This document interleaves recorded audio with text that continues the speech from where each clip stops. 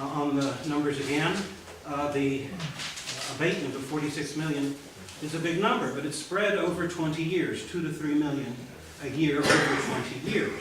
Now, there are 3 parcels, 2 of them pay no taxes at all. The 2390 building pays $96,000 a year. That's it, $96,000, less than $2 million over 20 years.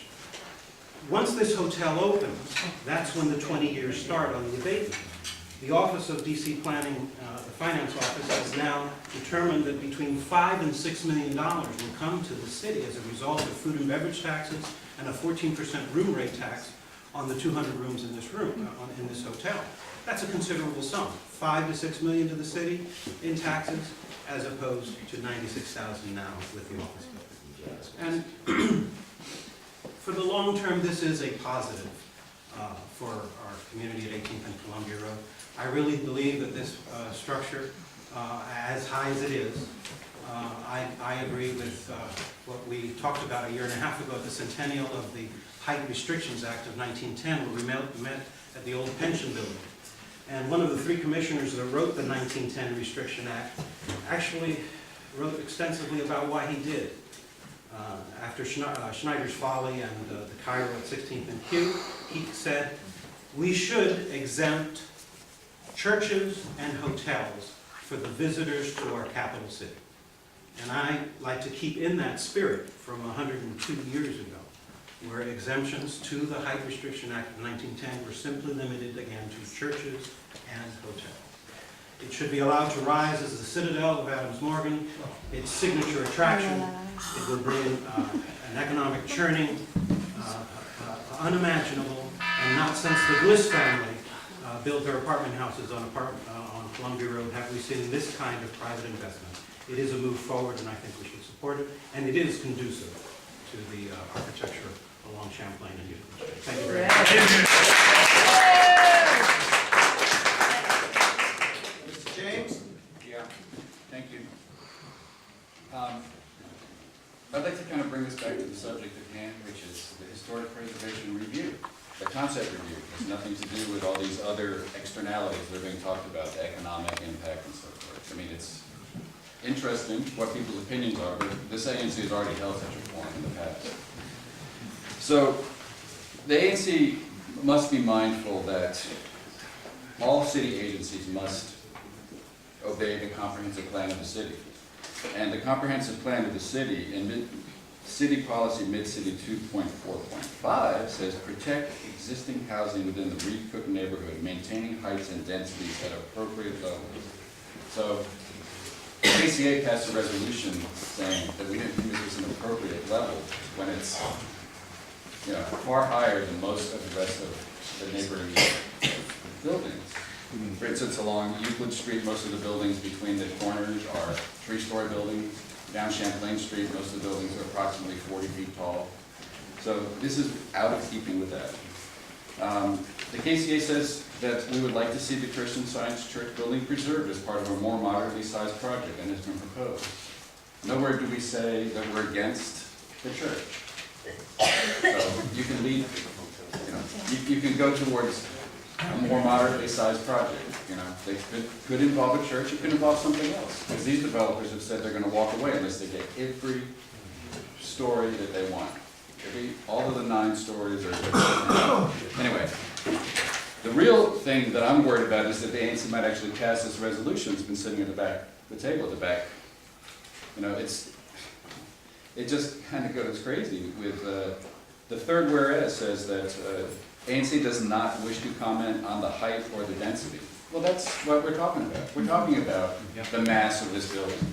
The ANC tries to cloak that as that those are other zoning issues, but height and density is mass.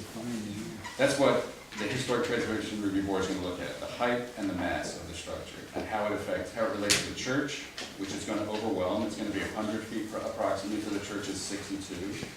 And it's also going to overwhelm the neighboring 2 historic districts, the Washington Heights, which is just 15 feet away across the alley, all of the east side of 18th Street.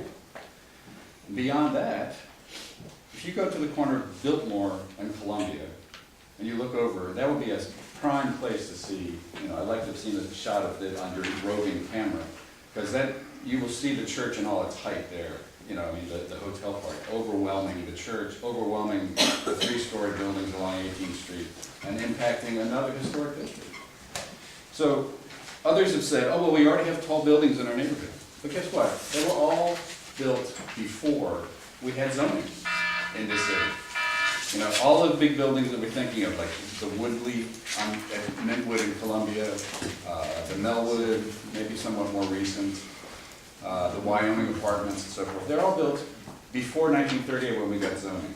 So they probably wouldn't be able to be built to the size they are now. So this building exceeds everything, you know, this proposed building exceeds everything that would be allowable. You know, it exceeds the use of overlay dramatically. Of course, they're asking to be relieved from the... James, we gotta wrap up. Okay. No, we're wrapped up.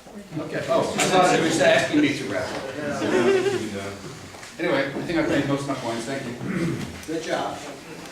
I'm Billy Simpson. I'm the president of the Reed Cook Neighborhood Association, and here tonight speaking on behalf of the association. The first point I wanted to clarify is that on March 22nd, the historic preservation of the Christian Science Church building is not on the agenda.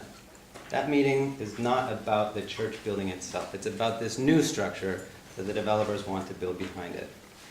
The second point I want to make, and we've heard it here tonight, there are many in the neighborhood that have tried to create a division to say, if you don't support exactly what the developers have proposed, then you're against the hotel, you're against the church, you're against the neighborhood, you're against, you know, you're against safety and security. I think that's a really unfortunate dynamic. The Reed Cook Neighborhood Association has specifically voted to support the concept of the proposed hotel. We just want to see something that is more appropriately scaled to the neighborhood. There is a real issue with the resolution that you have on the table before you.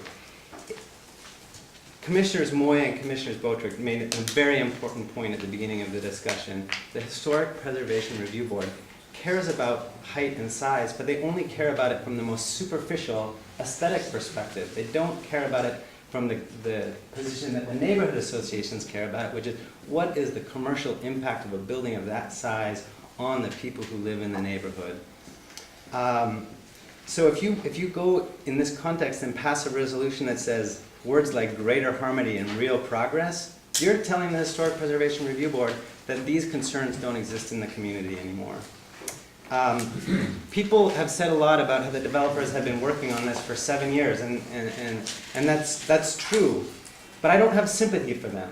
The only reason they've been working on this for that long is because they're not listening to a single thing they're hearing.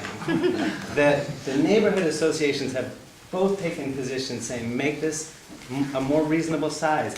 The Office of Planning, the professional technicians in the district government have said make this a more reasonable size. And the 5 zoning commissioners, who will be the ones that decide whether this project can come into existence or not, have said make this a more reasonable size. And in response, the developers took off 2 feet. People who support the hotel should be calling the developers and saying, start freaking listening to what the zoning commissioners are saying, or this thing is going to be shut down. If you want to support the hotel, tell the developers to start listening. The final thing I would like to say, this comes from the Zoning Commission set-down meeting, which I highly encourage everybody to watch. It's on the Reed Cook Neighborhood Association website. It's only about 40 minutes long. Again, 5 zoning commissioners. The one zoning commissioner who could be said to support the hotel most had this to say: I'd like to see a lot more work done with the community to build a consensus. If this sounds like a community consensus to you, by all means, vote in favor of this resolution. But I hope you can see this is not a consensus, and on that basis, I would strongly encourage you not to vote anything in favor of that hotel this evening. Yeah.